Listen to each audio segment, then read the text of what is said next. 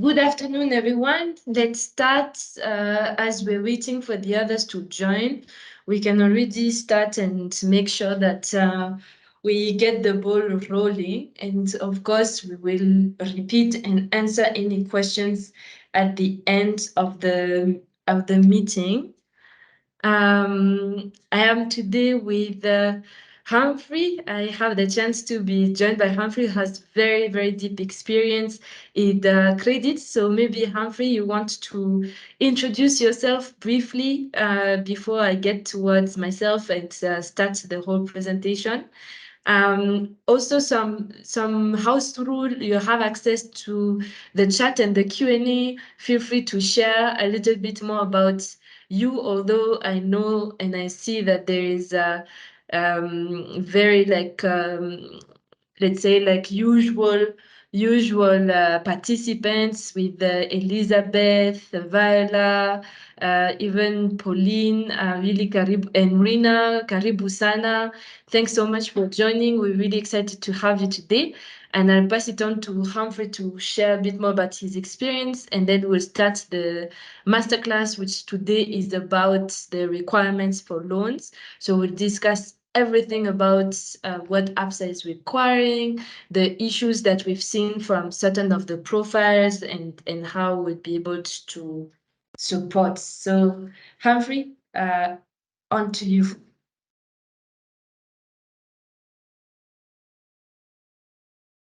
I think you're on mute, Humphrey.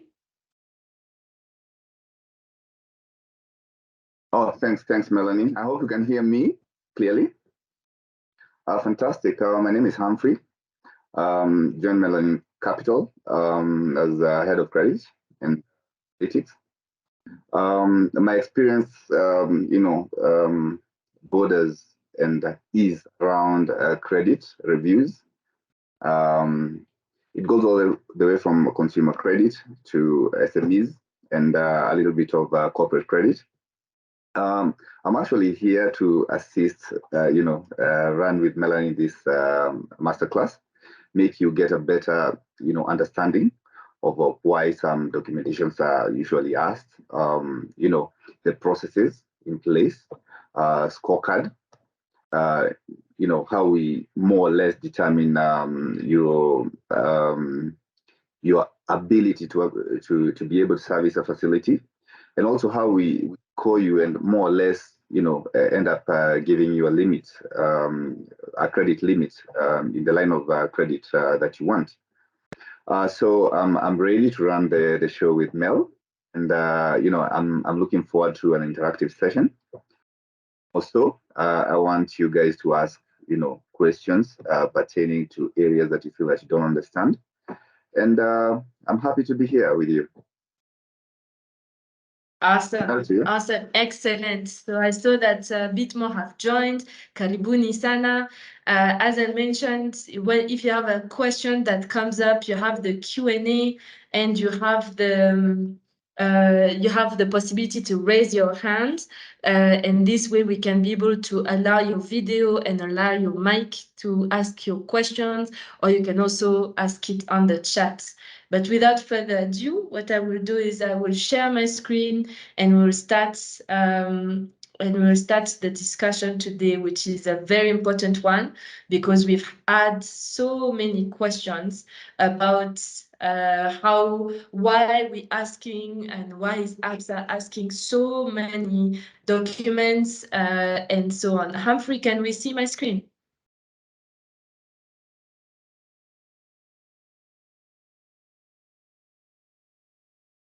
Sorry, I was on mute. Yes, we can see a screen. Super.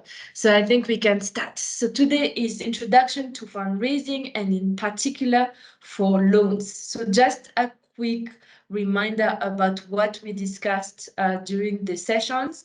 I'll focus on explaining to you and discussing the parts where decide what we're going to ask for money and how do we phrase it to the lender, and then we will discuss the part on like the requirements and especially how to build or how to get the documents you need in case you're having issues and you don't have the requirements that APSA is asking for.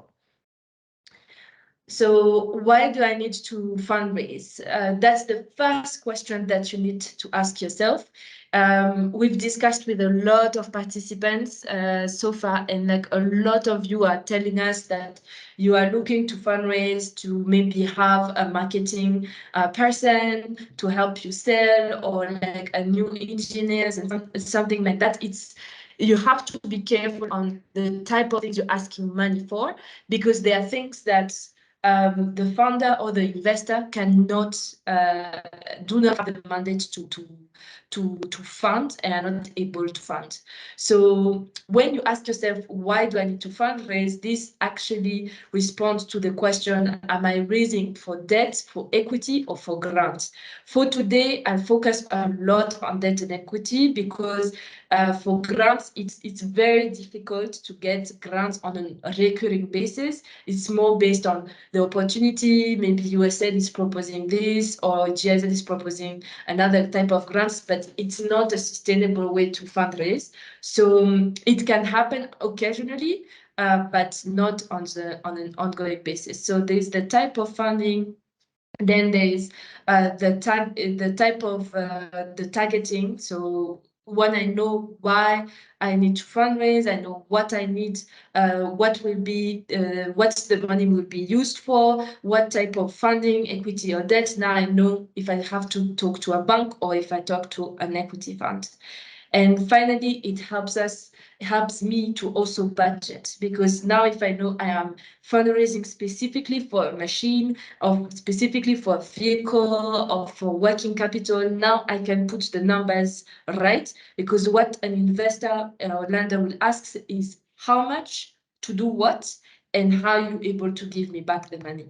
So those are the three aspects that are the most important. As a reminder, for debt finance, so every time you go to a bank, microfinance institution, or an investor that only does lending, the key things that they are keen on financing are working capital. So essentially, if you are farm or if you're agriculture, they can finance seedlings, or they can finance the crops that you need to plant. If you are in the food business, so like more doing value addition, they can finance the raw material you need. And if you are doing import exports, now this is to help you import the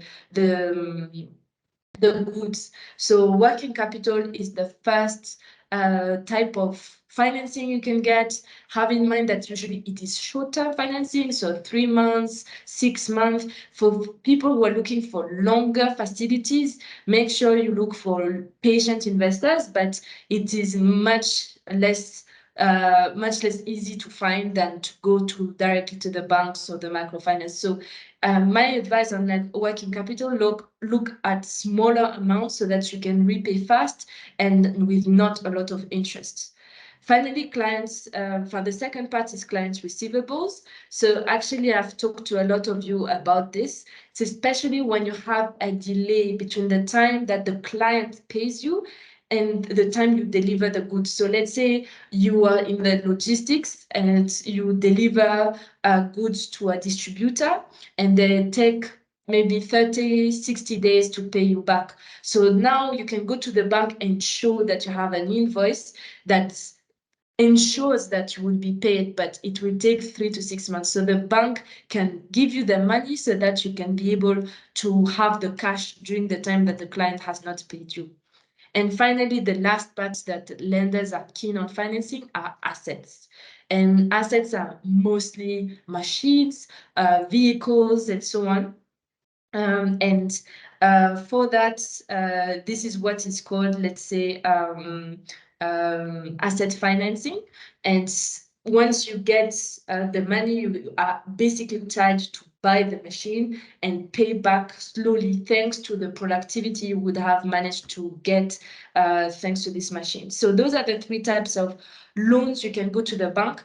don't go to the bank by telling them you want to hire someone, because for the loan officer, they will not understand how to finance you. So a lot of loans get denied just by the type of financing you're asking. But if you're going very clearly with your budget about working capital or an invoice or machine, at least they will be able to understand. And after that, they will look at the assessment, which is what Humphrey will explain later. For investors, it is a bit larger. So investors will less look at working capital, invoice financing, and assets. They will look at innovation, so technology development. It can look at an app like Mamafua app, for example, but they can look also at a type of innovative way of producing something. So typically, green stem products who are producing an innovative type of packaging using organic waste and so on. That's what investors can also be interested in buying, because it's an innovation. The second thing is an investor can help you get a license. So when you raise investments and you explain that you get this money for a license, that's the kind of things investors can do, because it will give you a very specific advantage compared to the competition, and it will allow you to sell more and to sell in the most and the safest way possible. And finally, for expansion, so if you are doing, you have your farm here in Kenya, but you're also expanding to Ethiopia, for example, or Tanzania, then you can go to an investor. It will be more advantageous for you than going to the bank. So now, just for you to understand now how they work, I've worked for investors for more than 6 years, and every time that we're getting issues of like applications from small businesses, there is a clear misunderstanding about what the investor is here to do. So the investor or the lenders are here to get their money back, either through loan repayments or by selling back the shares of your business. So what does it mean? It means that for them, it is very important to understand that you're making money, because otherwise you will not be able to repay the money back or to be able to grow to the level they can sell shares. So a lot of businesses are actually going to investments or to lenders saying, yeah, I need money, I'm struggling. But again, and I repeat this very, very often, it is not attractive for a lender or for an investor to hear that you're struggling. Because if the lender hears you're struggling, they'll be like, oh, so they won't be able to pay me back, I shouldn't lend to them. If the equity investor is hearing that you're struggling, they think that you don't have the potential for growth. So when you talk to a lender, what you have to explain is, I am currently having this cash flow issue, and this is hindering me from growing my business. But if I manage to finance that part, then I'll be able to make more money, and this way being able to pay back the loan. For the equity investor, the way you talk to them is by telling them that now, by getting the investments, you'll be able to grow and to sell more, to the point that you multiply by 3 or 5 your revenues. An investor is looking at businesses that grow, that triples or doubles their revenues every single year. So this is the important part that you have to have in mind when you talk to those financiers.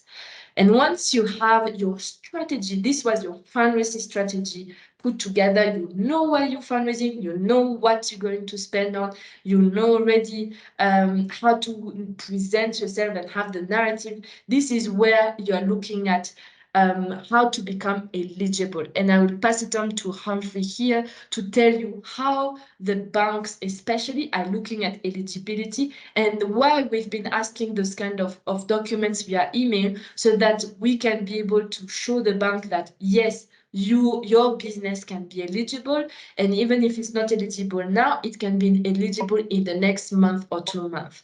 Humphrey, back to you to explain the different eligibility scenario. Oh, thanks a lot, Mel, and thanks for taking us through. I think it was very brief and very elaborate at the same time, giving guys very good insights on what to watch out for and what to do. So I'll take it through the credit analysis and also, the expectations in terms of, you know, as a client out there. How do I evaluate, my request, my credit request is more or less likely, to go through? Number one, there are various factors that, come into play. One of the things that Mel raised earlier on before was when you're doing your application, there is usually the loan purpose. Loan purpose is usually underestimated, but it's very, very key because it makes the organization making the lending, in this case, ABSA or whatever organization it is, to actually determine what are you going to do with these funds that you are requesting for, and it will assist them make a very informed decision if they want to take that risk and advance the funds to you. So your loan purpose should be, it should point out into the business what you're trying to do. As Mel said, you can't indicate that you are requesting funds to pay salaries. Uh, those are recurring expenses. You need to be talking about something that is improving your business to actually generate more income or make it more profitable. So there's the other aspect of your risk level, that is in terms of the rating and the, the interest rate that you'll be charged. And this is all informed by risk-based lending. If you come to risk-based lending right now, that is what most organizations are using. They're usually determined by several things. One, your credit score, your credit behavior, and of course, the sector that you play into. Now, when I talk about your credit score or your credit behavior, all I'm talking about is how is the CRB report playing along? Do you have defaulted loans that are in your credit report? If so, have you cleared those facilities? Because one thing I can tell you for free from my experience as a credit manager and a credit analyst, one of the things that I've actually seen is in Kenya we have a lot of people who are listed, by the way, a lot, and definitely we've seen even the president currently saying that we have a lot of people who are in CRB, not by the not because they are careless per se, but there are different circumstances that lead someone into that particular space. Now, one of the things that happens is if your credit report is clean, well and good, that is the best possible scenario. If you are listed for one reason or another, one of the things that you need to do is ensure that your facility, your standing facility is cleared. So there's always the show of goodwill from a credit perspective. If I'm going to lend to you, to see that yes, you are listed and these are the reasons that you got listed, because you'll explain yourself definitely. And you took the initiative to actually come and clear the facility. Maybe you lost your employment for whatever reason, maybe through retrenchment or whatever, that actually impacted your credit score. And that means your credit score went down. What usually happens in the back end is, given your credit score and your sector, the sector that you're playing, a rate will be imposed on you, and that will determine your repayment. So you'll find that the fact that banks have applied risk-based lending, someone who has a very good credit history will be having better rates than a person who has a shaky, let me not call it bad credit history, but a shaky credit history. So those are the variables that you'll see when it comes to credit repayment. Then furthermore, when you look at a business, what informs a good business also in terms of the financial space? Number one, you look at the turnovers, the expenses, and the consistency of the funds that are coming into the business account. Now, depending on the turnovers, they will dictate the loan, the loan that you can be advanced by any credit institution. The better your turnovers, of course, the better or the bigger the facility that you can access. It just shows that your business is stronger. Into that, there is something called debt service ratio that is tied into the loan that you qualify.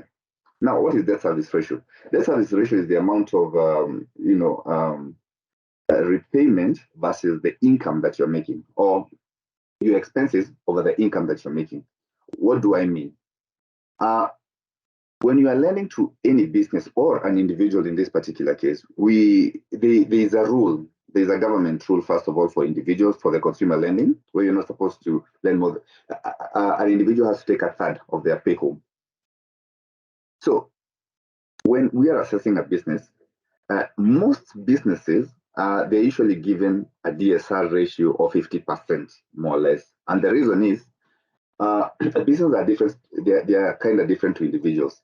They are prone to shocks here and there. And one needs to be very careful when advancing funds. The reason being, business having these shocks and waves along the operational cycle, you don't want to stretch a business so hard in terms of their repayment, because what you'll find is that if your business is stretched so hard, if you have these shocks and waves, as much as you have a loan, you'll be unable to operate. There are recurring expenses that usually go into the business, but it also depends on the financial ability or strength of your business. That's the turnover that your business is actually generating. Now, having said that, I'll go to the collateral and guarantees. Now, there are different spaces and different lending mechanisms. There are those businesses where we call them asset-based finance, where, for instance, let me give an example that more or less everybody is familiar with. Let's say you're buying a vehicle, that's an asset finance. Uh, so your facility will be pegged on that particular asset. There are those facilities that are not they are not asset-based finance, which are unsecured facilities, which are totally based on your turnovers. Time in business is very important. The longer you've operated, the better for you, because we have a bigger credit history for you. And of course, the annual revenues, those are the turnovers that I was talking about. Mel, maybe you can assist me jump to the next screen. Absolutely. Thank you so much, Humphrey, for that. And I think it was important that everyone understands really in depth those four aspects. And in particular, this also explains why we ask for the credit reports on the documents that we have requested you, so that we can understand the credit score and the credit history. Given that in this particular program, the funding is unsecured, there's no discussions or no request that we have had to ask you regarding collateral. And then for time and business and annual revenues, that's why we've asked for the bank statements and M-Pesa statements to see the history for at least 12 months. So now you understand why for APSA it's very important to have those aspects and those documents in place, so that they can see if you can be eligible for a facility. And on that, I will give you back to you, Humphrey, to continue and explain now the documentation according to the different type of businesses, so proprietor and limited company. Then we'll dig into some of those in the next 10 minutes. Okay, cool. Thanks, Mel, for that. Now, I won't dig into the actual documentations for each. They are clearly highlighted there. What I'll just do is explain the difference between the two. For a limited company, what it means, a limited liability company, a company takes its own liability. For instance, if a company takes up a facility and it's unable to pay, it's the company that can be sued. The individual cannot be sued. The individual and the company are separated. What I mean is the owners and the business are separated. But for sole and partnership enterprises, it's the owner is the entity, if you get what I'm saying. So if you take up a facility, you are obligated to make the payments. I hope that is clear. So for the two categories, there are different documentations that are usually, asked, but I'll just delve into maybe three that, a lot of guys have asked about. So there is a license or the business permit. Why is this a requirement? So a business permit or license is fundamental in assessing the credit of these SMEs. SMEs. And the reason it's very fundamental is because it helps the lenders confirm the status, the compliance, their compliance with regulations, and the overall legitimacy of the business. For instance, if I can give a quick example, if you are lending to someone as a responsible lender, you should know who you are lending to. People might claim to be using money for whatever reasons that they've indicated there, but without a business permit, we cannot actually ascertain that this person is actually delving into this particular business. And as a responsible lender, controlled by the CBK and actually being monitored, will be put a task. For instance, a bad example, let's say I lent to someone who's a drug lord, for instance, and they're using that money and they got arrested. And they find out that we financed that particular individual. We'll be at pains to explain, how did you lend to this person without the license? What were you lending the money for? So that is just an example of that. The next item or the next document that I've seen a lot of guys ask about is a tax compliance certificate. Tax compliance certificate mostly affects, limited companies. And the reason we're asking for this particular document, or why it's critical for credit assessment, it sheds light into the financial health of the organization, if it's actually following the regulatory compliance, and also the credit worthiness of the SME. And what I mean is this: if you are lending, the government expects you to ensure that whoever you are lending to are tax compliant in this manner. There are businesses that have not been paying taxes, meaning they have tax arrears. If you happen to lend to this particular business, what happens is the taxman actually takes the loan and applies it to the tax, meaning the business and the lender loses at the same time. So it's very important for any SME that is limited to actually showcase that they're tax compliant. Maybe the last one, if I'm not wrong, was the articles, the certificate of incorporation and the articles of association. The critical factor about this particular documents is to just show the legal existence and structure of the organization and how it's governed, who are the key players and what are their obligations. We just need to understand who are these people who are running the business, how is the business structured, does it have a firm foundation? You'd want to understand. If you're giving even your friend money, you'd want to, first of all, you can't lend to someone who's not your friend just for free. You need to really know them, get to understand how they operate. Is it somebody who's credit worthy? Is it somebody who's trustworthy?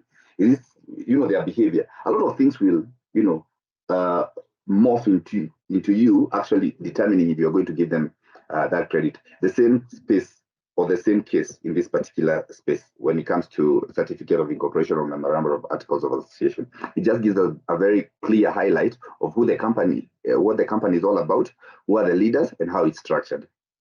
So, Mel, I don't know if there's something else, or we can just go to question and answer, or maybe I think there was also a question that I wanted to ask you on why some sole proprietor, even if they operate from home, why is it important for them to still have a business permit? Oh, thanks for that. The main reason for a business permit, number one, it's a legal requirement. It's not even debatable at any given quarters when it comes to credit lending. For any responsible lender, and they are lending to any SME, number one, according to law, they have to lend to businesses that have business permit. Furthermore, from a legal perspective and implications that come to play, it's just for like the example that I've given. If you lend to someone without a business permit, you don't know what they're doing. And if they are caught in irregularities or things that are illegal, you as a lender, you'll also be held accountable for actually abating that particular, illegality that they are doing. So it's very important for everyone to understand that business permit is very important. Regardless you are operating from home, regardless wherever you're operating, you have a legal entity that you are running. And it's up to you to ensure that you are given a business permit for operation. So it can be legal to operate without a business permit as a sole proprietor, but for you to get funding, you will still need to show a business permit, right? Yes, and furthermore, just to maybe shed some more light, it is illegal to operate any business whatsoever without a business permit. It's illegal under the Kenyan laws. And furthermore, it's very easy to actually get this business permit. There are individuals who actually do this. They assist in name searches and helping people acquire their business permits. And just to give you an overview of what happens, you just do a business search. Well, I mean, you choose three names, you do a name search, you get a name search, depending on the area that you want to play. If it's a limited company, there are certain qualifications that you need to meet. If it's a sole proprietor, it's very easy. Once you get your business name, you just apply for the permit for the business that you want, and that is on iTax. No, not iTax, e-Citizen, sorry. It's that simple. You make the payments through M-Pesa, and then your license will be out after a short. But what will happen is, once you apply for the permit, the agencies or the county officers will have to come and see wherever you're operating, if you meet the required standards, and if you're actually giving the true information about the business that you're operating before they give you the permit. After that, sorry, sorry. Sorry, continue. Yeah. So once you meet those qualification criteria, the license is issued or the business permit is issued. And nowadays it's usually issued at the county level. Huh? I can see there's somebody who has their hand up.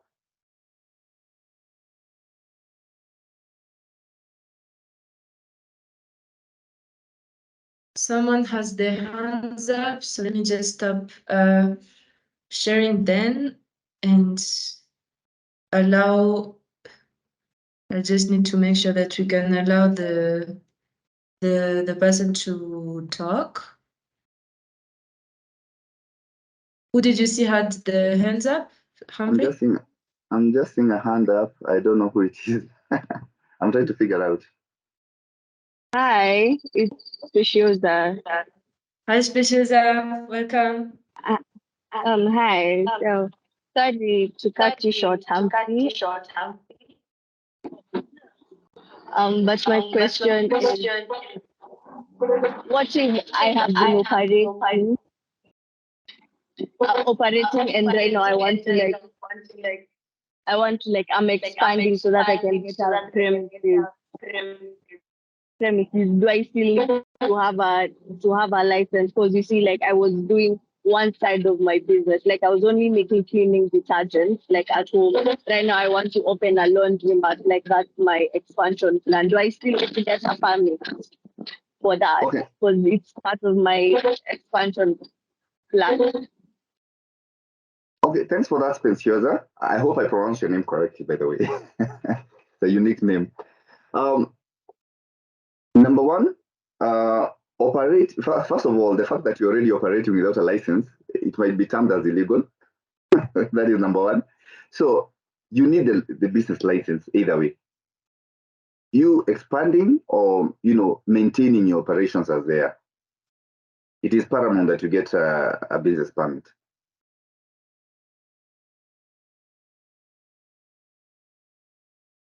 I hope I've tackled it.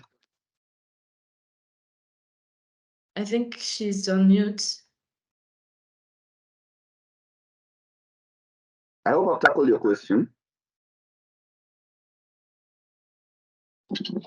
Yes, you have. I think I'll purpose to get a permit because being a small business, you always have to start from somewhere. So No, yeah, that is very understandable, and I see a lot of Kenyans, struggling, given the fact that licenses are not easy to acquire, given the prices or the cost implications that come with them. But at the end of the day, it is a good to have and a must to have legally. And Humphrey, for the article of association, because now this is a little bit heavier, can a business just focus on the registration, CR12, and so on? Or are the article of association a must? And after, I'll pass it on to Irene, who also has a question. Yeah, for limited companies, it's a must because from a lender's perspective and also from a legal perspective, you need to know who you are lending to. You need to understand the structures of that particular business. You just can't wake up and lend to an organization that you don't know how it operates, how the structures are. It can be more or less a briefcase company, to say, but the least. So it's very important to understand how that business is structured and how it's run. Very clear. Thanks so much, Humphrey. I'm going to allow him to talk. I think you should be able to unmute yourself and you can ask your question.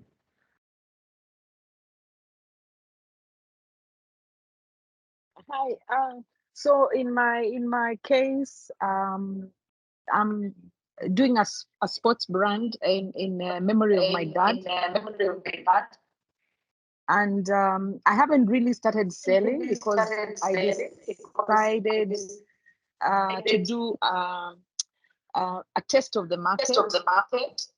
And as a startup, I'm thinking a business permit is not important to me because I want to sell online and I want to sell under my dad's shop in Eldoret.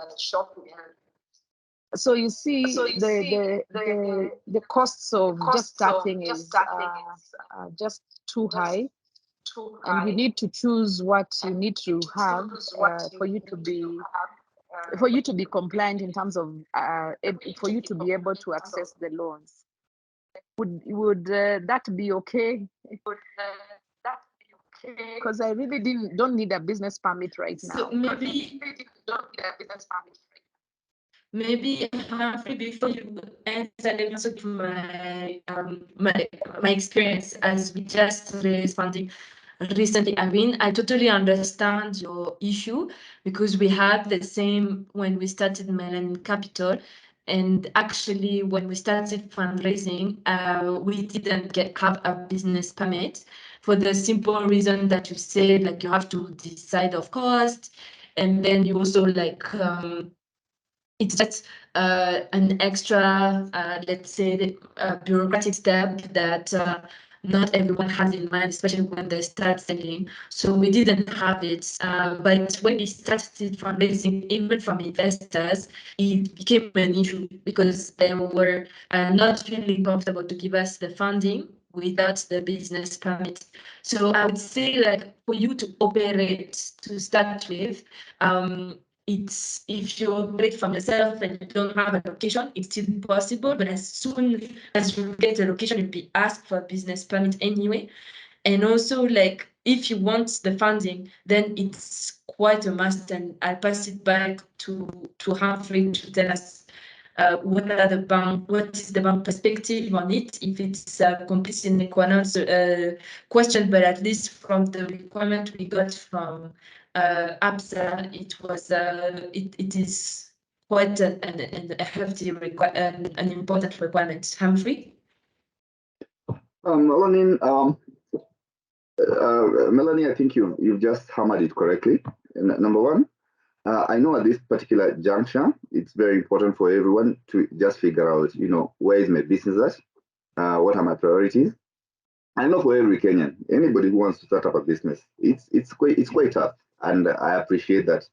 But when it comes to the legality of it, and also when it comes to you acquiring finance, it becomes very difficult for anybody to pump in money into your business without understanding what exactly you are doing and what indicates what you are doing is a business permit. Because when you look at the business permit, it clearly articulates what you're doing. And that is the way the government is able to subsect you and say that you are playing in this particular field, this is your sector, and and mind you, let me tell you something. One of the things that people really fear when they're starting off is the tax implications that come with it. Number one, when you start a new business, depending on your turnovers, you're not tax imposed immediately. By the way, number one, they look at your turnovers. I think, Mel, you can correct me if I'm wrong. It's for businesses below 5 million. I think they put it down to 5 million. You only pay withholding tax at the end of the year, isn't it? A 5% withholding tax. So you see, you're not immediately imposed to, crazy, your turnover's crazy tax, and just like big corporates and all that. Yes, the government is mindful there, but I also understand, depending on the sector that you're playing, licenses vary. There are those licenses that are very expensive, and there are those licenses that are easier to acquire. So it depends on the space that you're playing. I have to appreciate that. So it's really good if you're looking for funding to ensure that you have that business permit in place. Fantastic. Thank you so much, Humphrey. There's another question from Christine that asks, where does someone get a CR12? Because she applied for her business those days when all the paperwork was kept by the officer at Sharer House. So she just picked the registration certificate, but she would want to understand how she would get also the CR14. Oh, CR14 is for partnership.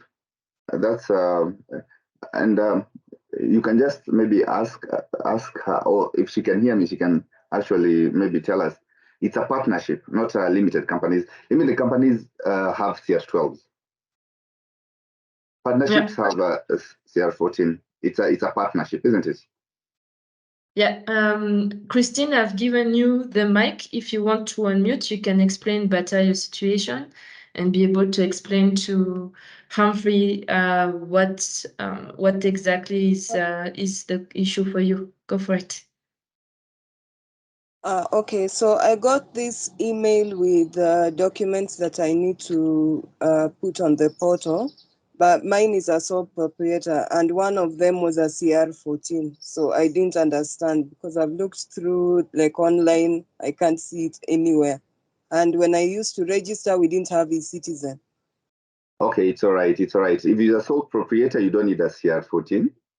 CR14 comes when you have partnerships, and it's just like a CR12, where it actually shows who are the directors. For an easier word out of this, directors, who are the owners of the business. But you see, even if it's a partnership, sometimes you don't need actually a CR12. If you have the business registration certificate, it actually shows, for instance, Humphrey and Melanie have this business. So it will actually show, I hereby certify Humphrey and Melanie to run this whatever business. So it's very clear. If you have that, you really don't have to, kick yourself over CR14 or whatever. Okay. Caroline is saying that for the sole proprietor, they use CR13. CR13? As far as I know, it's CR14. For the sole proprietor. Oh, for the sole. Oh, yes. For the partnership, okay. Yeah, for the sole, I think, yes. For the sole, yes. Okay, very clear. So I think unless someone has a question, I think that was the whole masterclass at the moment. So just to recap, a key thing for you to ask for the facilities, to think about what you would need the facility for, what would so the loan purpose, then to be able to budget it, and then prepare your eligibility and your documentation. And this is what is happening on the platform. So I'm just going to share again my screen so that we can go through it again. So we received quite most of your documentation, and at the moment we've come back almost to everyone to be sharing like what is missing and so on.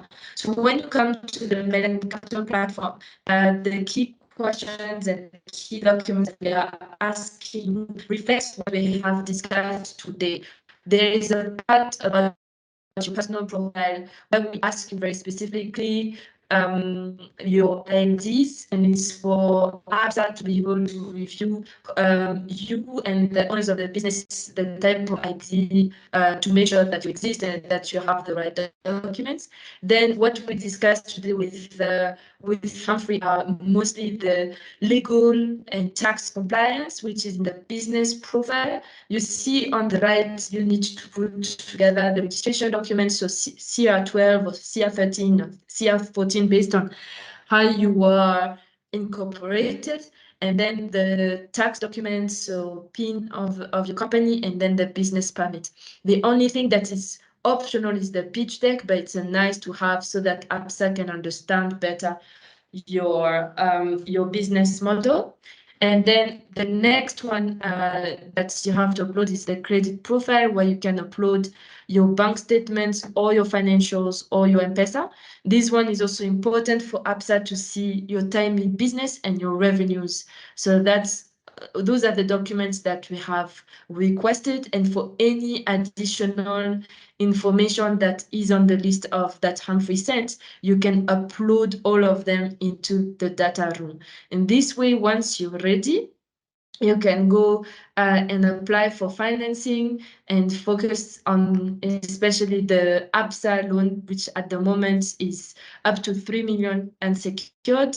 And once you come to that page, you can then apply and express a bit more the amount and so on, and then we'll be reviewing it on our end. So those are the key steps so that you can be able to apply and to get a feedback from us whether you are eligible for the facility or not. And if you are not, we're here to help you. There is access to all the different experts on the platform for free for you until the month of March 2024. And this is what you need to really take advantage as much as possible. And maybe I could also share one more time that part so that we finish on the experts. But typically we talk today about the legal compliance. If you have a limited company and you don't have the right incorporate memorandum of articles, then you can definitely book a meeting with Haemba, which is our legal expert that can really help you. We also have from the participants some that are experts in bookkeeping and tax like Eunice. You can also be able to book with her. She can help you with putting together your financials, and the same for Robert and Mary Ann, who can help you through Built Accounting or QuickBooks. So yeah, make sure that you get in touch with our team so that you get access to this free support and you can be ready with all the documents, your business permit that would have cost you. By the way, now you don't need to pay for a lawyer or to pay for someone to help you get it. The first consultation with us is free. So make sure that you take advantage so that those bureaucratic aspects are taken care of. So yeah, that is all for today. If there's any more questions, we're still here for the next 5-10 minutes, and otherwise we are excited to have you part of this discussion, and we'll be looking forward to meeting you next week for the second masterclass, and yeah, looking forward to having your feedback. Have a nice evening, everyone, and see you next time.